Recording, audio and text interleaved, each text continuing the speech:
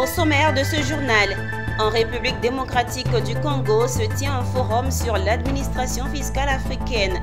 Vous en saurez davantage tout de suite. En Côte d'Ivoire, lutte contre le blanchiment des capitaux. Le ministère en charge du commerce sensibilise les chefs de petites et moyennes entreprises et d'unités de production. Journée internationale de la sécurité sanitaire des aliments. L'ICAF, ingénierie, conseil, audit, formation sensibilise ses partenaires. Commerce maritime, la FENACSI, Fédération nationale des acteurs de commerce de Côte d'Ivoire, découvre Abidjan Terminal. Et puis nous parlerons de marchandises dangereuses niveau 2. Fin de formation pour 24 auditeurs qui ont reçu leur parchemin.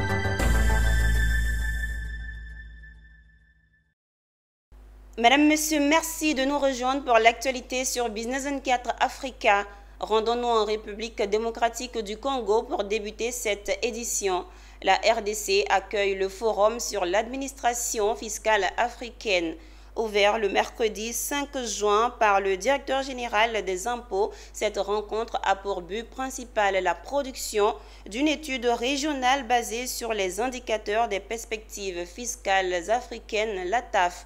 À l'issue de ce forum, la RDC, par le biais de la Direction générale des impôts, va signer son adhésion à cette organisation. Le reportage est signé Jacques Mbouka et Freddy Lumbala. La mobilisation des recettes reste le grand défi pour les administrations fiscales africaines. La mise en place des administrations fiscales efficientes et efficaces est une condition sine qua non pour gagner ces paris. C'est dans cette optique qu'il a été ouvert ce mercredi 5 juin à l'hôtel Kin Plaza Kinshasa un forum sur la mobilisation des ressources intérieures en Afrique. Organisé par l'ATAF, cette rencontre qui réunit plusieurs pays africains a été ouverte par Barnabé Mwakadi Mwamba, directeur général de la Direction générale des impôts de la République démocratique du Congo. Le présent atelier sur la mobilisation des ressources intérieures en Afrique centrale, dont les travaux vont se dérouler du 5 au 7 juin 2024, vise à produire une étude régionale basée sur les indicateurs de perspectives fiscales africaines de la TAF, ainsi que sur une analyse des secteurs à prime fiscale. Cette étude est destinée à produire des rapports spécifiques par pays avec des recommandations en matière de politique et d'administration fiscale. En acceptant d'accueillir ces forums, la DGI a par ailleurs démontré sa disponibilité pour son adhésion à la TAF. La République démocratique du Congo a humblement accepté d'accueillir l'événement pour de nombreuses raisons. Entre autres, pour démarrer rapidement l'engagement de l'assistance technique, comme convenu depuis l'année dernière, pour adhérer aussi à la TAF et enfin pour le fait d'être déjà un participant aux perspectives fiscales africaines. Lancée en 2009 à Kampala, en Ouganda, la TAF est une voie importante en matière de fiscalité en Afrique et dans le monde. Cette organisation, qui compte jusqu'à ce jour 43 membres effectifs, passera à 44 membres à l'issue des travaux des forums de Kinshasa avec l'adhésion de la RDC représentée par la Direction générale des impôts qui signe ce vendredi 7 mai 2024 son acte d'adhésion à la TAF pour devenir les 44e membres de cette organisation. De retour en Côte d'Ivoire, parlons de lutte contre le blanchiment de capitaux. Le ministère du Commerce et de l'Industrie a lancé récemment une série de formations et de sensibilisation des acteurs du commerce. Après les agents et les formateurs, c'est au tour des chefs des petites et moyennes entreprises et d'unités de production d'être sensibilisés sur la lutte contre le blanchiment de capitaux. Le reportage est signé Mondésir Nascimento et c'est ici. Selon l'agence Côte d'Ivoire PME, en 2017, une étude a révélé qu'il y a plus de 2 275 000 opérateurs économiques informels dénommés unités de production informelles. Des entités qui créent une valeur de 13 000 milliards de francs CFA et plus de 3 millions d'emplois.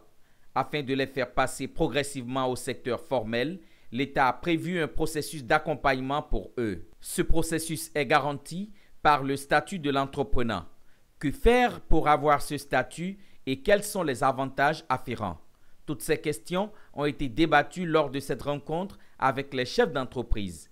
L'idée est aussi, selon Mamadou Yoda, directeur en charge de la croissance et du développement des affaires des PME, de partager avec eux les précautions nécessaires pour lutter contre le blanchiment de capitaux, une activité qui consiste à traiter les actifs provenant d'activités criminelles de manière à en dissimuler l'origine illicite. L'idée est de faire en sorte qu'on puisse sensibiliser tous ces acteurs, faire de l'éducation financière, procéder aux aspects de formalisation pour éviter que ces acteurs ne soient des points de relais et des points d'entrée pour des risques de blanchiment des capitaux et de financement du terrorisme. Et donc c'est dans ce cadre que le ministère du Commerce et de l'Industrie, à travers la Direction générale de la promotion des PME et de l'artisanat, organise cet atelier à l'intention des PME, des ETI, des acteurs informels, des artisans sur ces thématiques que j'ai également déjà évoquées.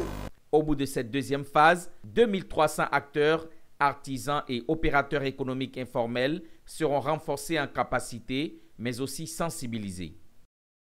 Le ministère de l'Environnement, du Développement durable et de la Transition écologique a lancé récemment à l'hôtel du district au Plateau la Journée internationale de la biodiversité. Elle vise à sensibiliser et mobiliser tous les acteurs autour du thème de cette année, contribuer au plan. Un appel à l'action pour la protection et la reconstitution de la biodiversité face à l'érosion continue due aux activités humaines. Diane Cablancan et Valentin Kra. En marge de la quinzaine de l'environnement organisée annuellement, dédiée à sensibiliser et mobiliser les acteurs par des actions concrètes, le ministère de l'Environnement, du Développement durable et de la Transition écologique a organisé la Journée internationale de la biodiversité. Elle a mis en lumière l'érosion alarmante de la biodiversité mondiale, exhibée par des activités humaines telles que la déforestation, l'agriculture intensive et la pollution, qui altèrent sévèrement 75% des écosystèmes terrestres et 66% des écosystèmes marins. L'objectif est de sensibiliser le public et de mobiliser toutes les parties prenantes pour entreprendre des actions concrètes afin de freiner l'érosion de la biodiversité et de restaurer les écosystèmes dégradés, conformément aux objectifs du cadre mondial de la biodiversité de Kunming-Montréal pour vivre en harmonie avec la nature d'ici 2050. Puis pour la population ivoirienne, c'est de protéger l'environnement. Ce nouveau code-là vient seulement lui donner ce droit, le droit à la protection, le droit d'avoir un environnement sain, mais celui aussi comme devoir de protéger l'environnement tant au niveau depuis l'éducation, c'est-à-dire l'éducation à l'environnement, et tant au niveau de tous les principes et de toutes les pratiques bonnes que nous devons mettre en œuvre pour sauver l'environnement et surtout pour pouvoir donner à nos générations futures, dans un principe de développement durable, une population ou bien un environnement plus sain. Une célébration placée sous le thème « Contribuer au plan » appelle chacun à s'engager activement dans la protection de la reconstruction de la biodiversité. Cette dégradation qui menace plus d'1 million d'espèces et cause des millions de décès prématurés chaque année. Pourtant, la biodiversité est primordiale pour la survie humaine.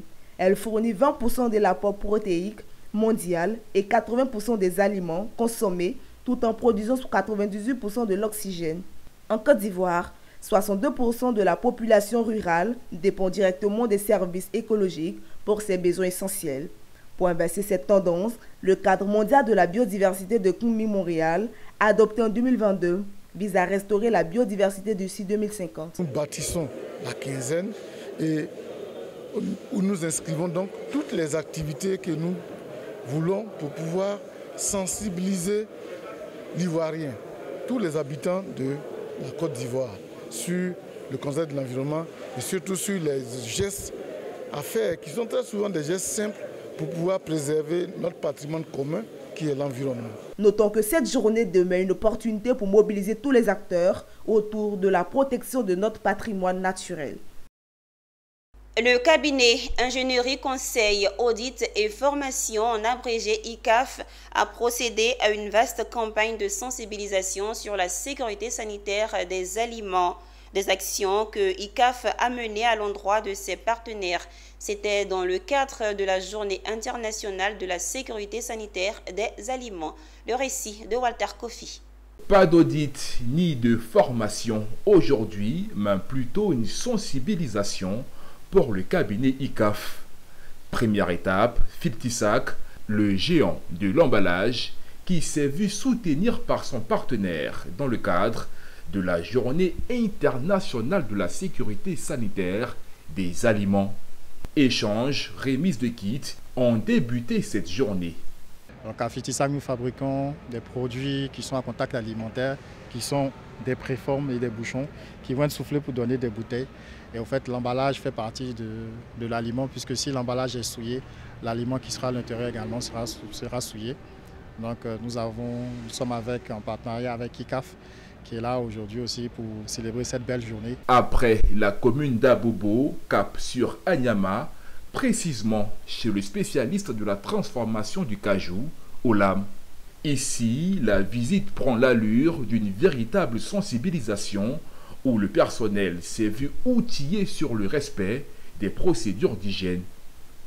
Un peu plus loin, cette fois chez son partenaire Semois, le chocolatier, dans la zone industrielle de Yopougon. Ici, l'ambiance s'est voulue plus festive. ICAF est un cabinet partenaire avec lequel nous collaborons depuis des années, qui nous a accompagnés pratiquement dans la certification depuis l'ISO 9001 jusqu'à la FCC 22000. Le groupe ICAF a terminé sa caravane de sensibilisation chez le Grand Moulin, occasion pour la directrice de préciser l'intérêt de sensibiliser les populations ainsi que les acteurs de l'agro-industrie sur l'importance de la sécurité sanitaire des aliments et promouvoir les bonnes pratiques d'hygiène. Vous prenez un garba, un plat de garba, vous consommez. Vous prenez un bonbon, vous consommez. Et puis à la fin de la journée, vous vous sentez malade. La première question qu'on vous pose quand vous dites que j'ai mal au ventre, on vous dit mais qu'est-ce que vous avez mangé? Vous allez commencer à égrener le chapelet de tout ce que vous avez mangé les jours précédents. Déjà la journée d'avant et puis la journée précédente. Vous allez regarder et puis après on va dire attends, tiens, ça peut être telle chose qui a fait cela. Mais il faut bien qu'il y ait des personnes qui fabriquent ces aliments-là dans des conditions dans de bonnes conditions, qui puissent respecter tout ce qui est bonne pratique d'hygiène, bonne pratique de fabrication, pour qu'à la fin, quand le consommateur prend l'aliment, il ne puisse pas être malade. Ingénierie, conseil, audit, formation, ICAF est un spécialiste en QHSE et sécurité sanitaire des aliments. Le groupe intervient dans les projets de certification, de formation et de renforcement des capacités des entreprises. Intéressons-nous au commerce maritime dans ce journal. La Fédération nationale des acteurs de commerce de Côte d'Ivoire, FENACSI, veut comprendre le fonctionnement du commerce maritime. Pour ce faire, une délégation de la FENACSI, conduite par son président de conseil d'administration, s'est rendue à la direction de Abidjan Terminal, soutenue pour la circonstance par certaines autorités portuaires. Une visite qui vient confirmer l'envie de la FENACSI de travailler avec Abidjan Terminal après la signature de partenariat du 11 mai 2024 liant les deux entités. Cette visite d'échange a aussi permis à la FENACSI de visiter des installations de Abidjan Terminal. Philippe Zabo nous fait le point. Comprendre les procédures de facturation, d'enlèvement, de retrait de marchandises et par-delà, éviter leur surenchérissement. Tel est le but de la visite de la FENACSI à Abidjan Terminal. À cette fin, la journée porte ouverte à Abidjan Terminal a commencé par une série de questions-réponses où les acteurs ont levé les équivoques. Puis, une visite guidée s'en est suivie à la découverte des installations d'Abidjan Terminal. À la fin de la journée, Abidjan Terminal et la FENACSI ont bien voulu faire le bilan. Vous êtes sans ignorer que les commerçants rencontrent beaucoup de difficultés au niveau portuaire. Et en tant que premier responsable des commerçants, nous avons jugé utile de signer un partenariat avec Abidjan Terminal afin de comprendre certains aléas qui font qu'il y a des faux frais pour lesquels les commerçants parfois abandonnent leurs conteneurs sur les quais. Que gagnent les commerçants aujourd'hui, c'est de pouvoir, j'allais dire, avoir la bonne information parce que nous sommes l'acteur principal qui leur permet de pouvoir, avec une procédure simplifiée, sortir, enlever leurs marchandises en temps et en heure à moindre coût. Et je dirais aux commerçants de Côte d'Ivoire deux choses. Anticipez et deuxièmement, faites confiance aux professionnels. Vous avez des transitaires agréés, faites confiance à ces transitaires agréés. Nous sommes dans la pratique. Nous sommes dans la pratique, nous sommes une structure opérationnelle. Juste après la visite, il va y avoir toute une série de rencontres à l'intérieur pour rencontrer les importateurs et exportateurs, pour les sensibiliser et leur donner la formation de tout ce qui se fait à Abidjan Terminal. La FENACI, c'est environ 300 000 adhérents répartis entre 159 sections sur le territoire national. Abidjan Terminal, créé en 2003, s'étend sur 30 hectares avec 5 portiques de quai, 20 portiques de parc et 2 grues mobiles. Dans le cadre du projet SAFEPOL, l'Institut de sécurité maritime interrégionale ISMI de l'Académie régionale des sciences et techniques de la mer ARSTM a organisé du 3 au 7 juin un séminaire de formation. Le thème retenu pour 5 jours de formation au port autonome d'Abidjan portait sur la gestion des marchandises dangereuses niveau 2.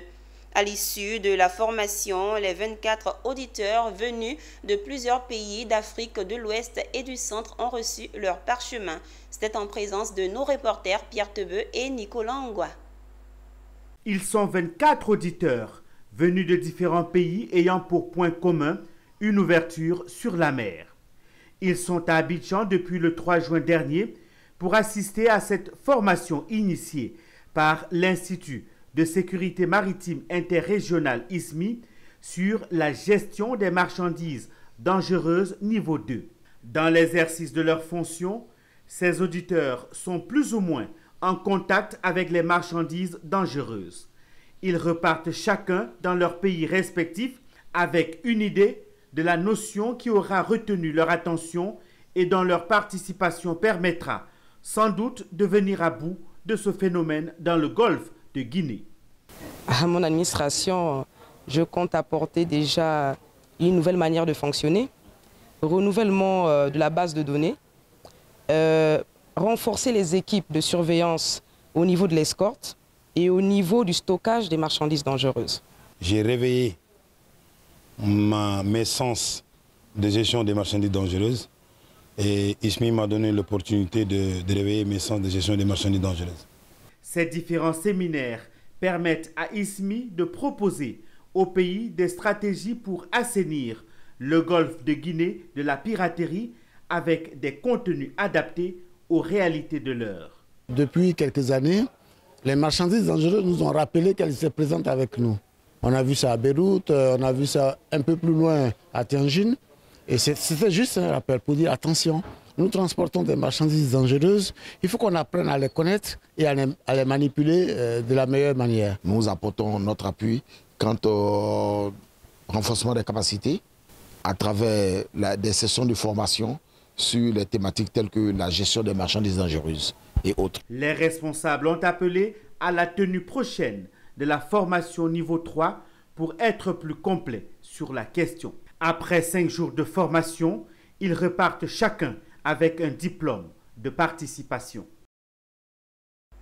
Les inscriptions pour la 4e édition du certificat des administrateurs de sociétés de l'espace UEMOA sont officiellement ouvertes. Il s'agit d'une formation à l'endroit des administrateurs des sociétés en vue de professionnaliser ce métier. Cette formation portant sur la gouvernance des entreprises est assurée par l'Institut national des administrateurs de Côte d'Ivoire. La conférence de presse de lancement s'est tenue sous le regard bienveillant de notre reporter Anja Sémian. C'est un programme unique de formation aux gouvernances des sociétés privées et publiques dans la zone UEMOA. Le certificat des administrateurs de sociétés voit sa 4e édition s'adresser aux administrateurs, aux dirigeants et cadres détenant des mandats d'administrateurs, aux dirigeants et cadres exécutifs susceptibles d'exercer dans le futur un mandat d'administrateur et désireux de renforcer leurs connaissances en gouvernance d'entreprise.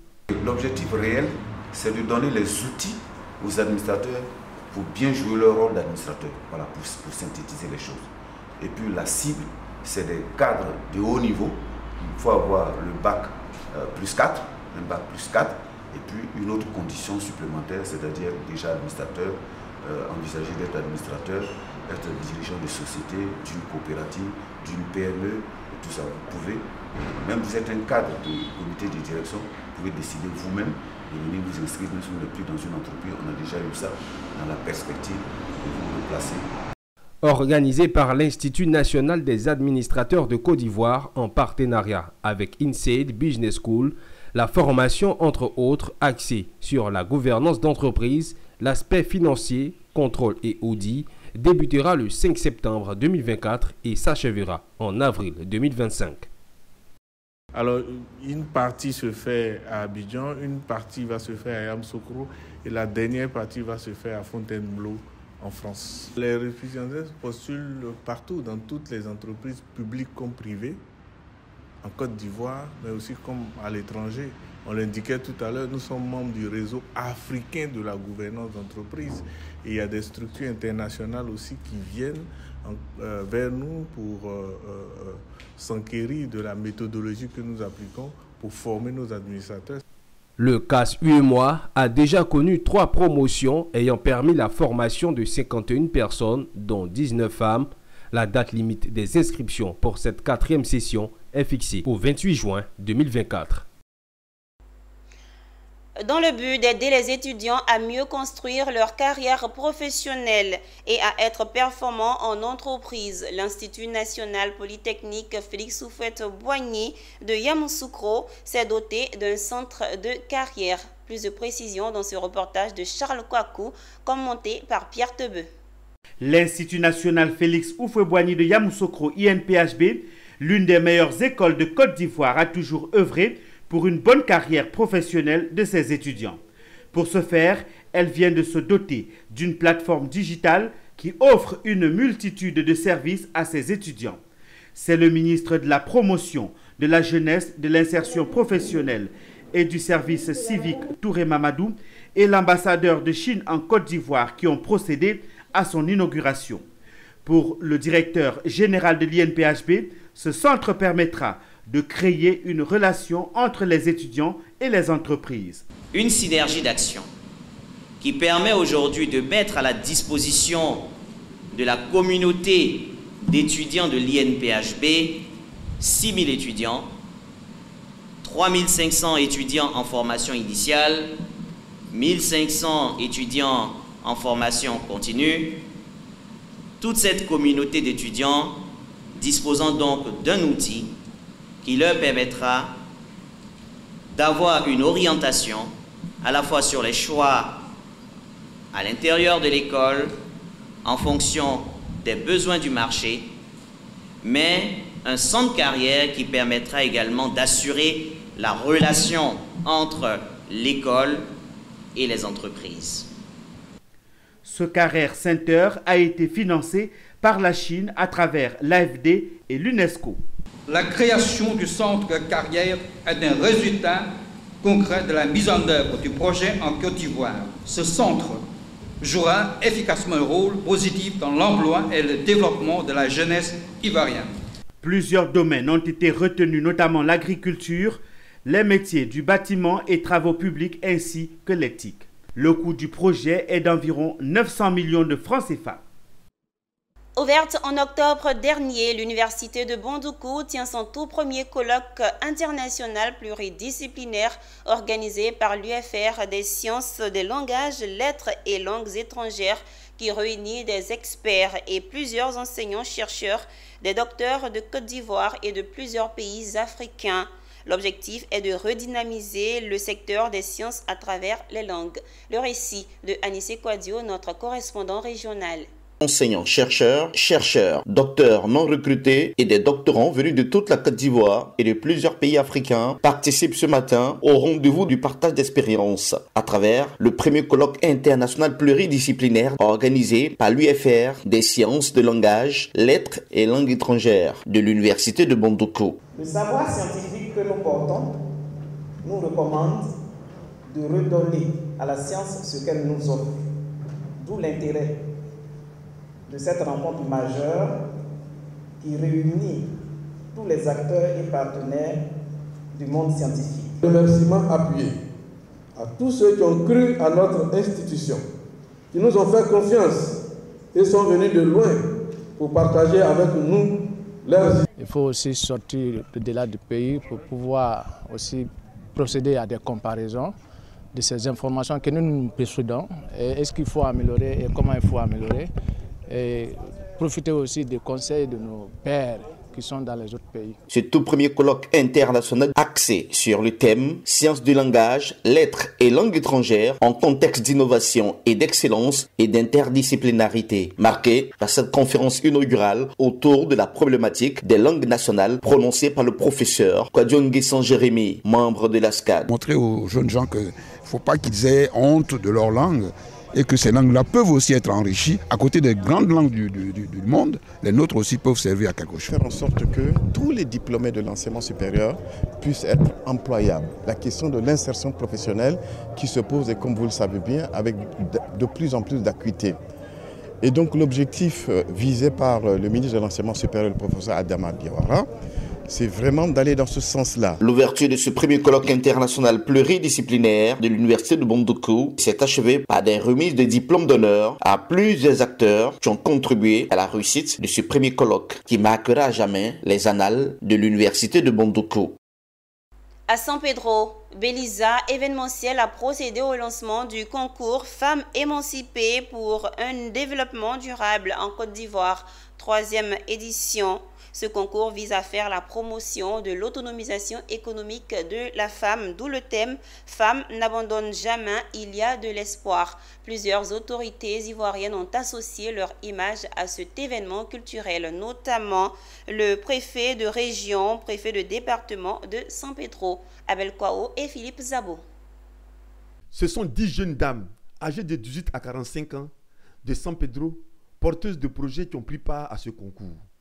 Un défilé devant les jurés, d'abord en tenue traditionnelle, ensuite en tenue de soirée, puis des explications tour à tour de leurs projets, notamment dans le domaine de l'informatique, de la commercialisation du maïs et de l'élevage de l'escargot et bien d'autres encore. Au thème d'un concours âprement disputé, mademoiselle Rachel Oufoué, couturière de profession, a été couronnée Miss FEDD Côte d'Ivoire 2024. Tout d'abord, j'aimerais que vous sachiez ici ce soir qu'on n'a pas besoin d'avoir un grand niveau d'études avant de s'aventurer dans une activité quelconque. Parce que moi ici, je n'aime même pas le niveau CM2. C'est pas plus grâce que je suis là. Donc je tiens d'abord à dire merci à ce grand Dieu qui m'a fait faveur ce soir et aussi à encourager toute jeune fille qui se trouve dans ce genre de situation en disant que je ne suis pas allée à l'école ou je n'ai pas un grand niveau, donc je ne fais rien ou je me limite qu'aux petits travaux ménagers tels que les servantes. J'aimerais plutôt les emmener à quoi en elles. Quant à la promotrice du spectacle et aux autorités présentes, elles ont prodigué de nombreux conseils aux dames. Mais elles étaient heureuses que cet événement se soit déroulé dans leur région. Bien, on a des filles qui ont des projets, qui ont des idées, mais qui n'ont pas de moyens pour pouvoir réaliser leurs projets. Voilà, mon but aujourd'hui, c'est d'aider toutes ces femmes à promouvoir l'autonomisation. Merci pour cette très belle initiative. Nous, femmes, avons besoin d'être émancipées. Pas de tenir tête à nos maris, à nos hommes, mais de pouvoir se prendre en charge. Notons que la Miss et ses dauphines, présélectionnées pour la ville de San Pedro, participeront à la grande finale nationale prévue le 29 novembre 2024 à Abidjan. Et la gagnante verra son projet financé à hauteur de 5 millions de francs CFA. En image à présent au Sénégal, une bergerie est opérationnelle à Boulal au nord-ouest du pays.